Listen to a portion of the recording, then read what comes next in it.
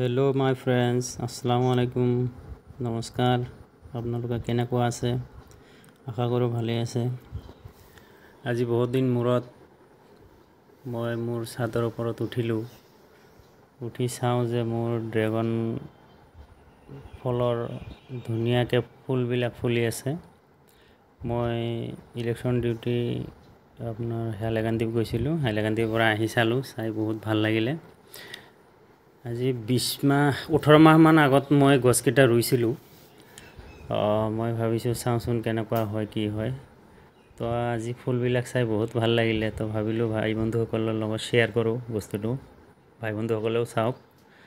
আৰু যদি মোৰ ভাই বন্ধুসকলৰ কাৰোবাৰ খাবলৈ ইচ্ছা আছে, মোটামুটি 1.5 মাহমান পিছত খাবলৈ আহি যাব। কাৰণ এইটো ফল ফুলাৰ পিছত আপোনাৰ মোটামুটি মেচিউৰিট হ'বলৈ 1 মাহমান সময় লাগে, 1-1.5 মাহমান। মোটামুটি 1.5 মাহ পিছত খাব পৰা হ'ব।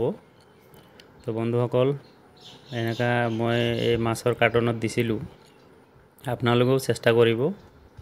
যদি পুলি লাগে মই যোগান ধৰিম। এনেকুৱা আপোনালোকে দেখা পাইছে মাছৰ কাৰ্টনত দিছোঁ। এটা কাৰ্টনত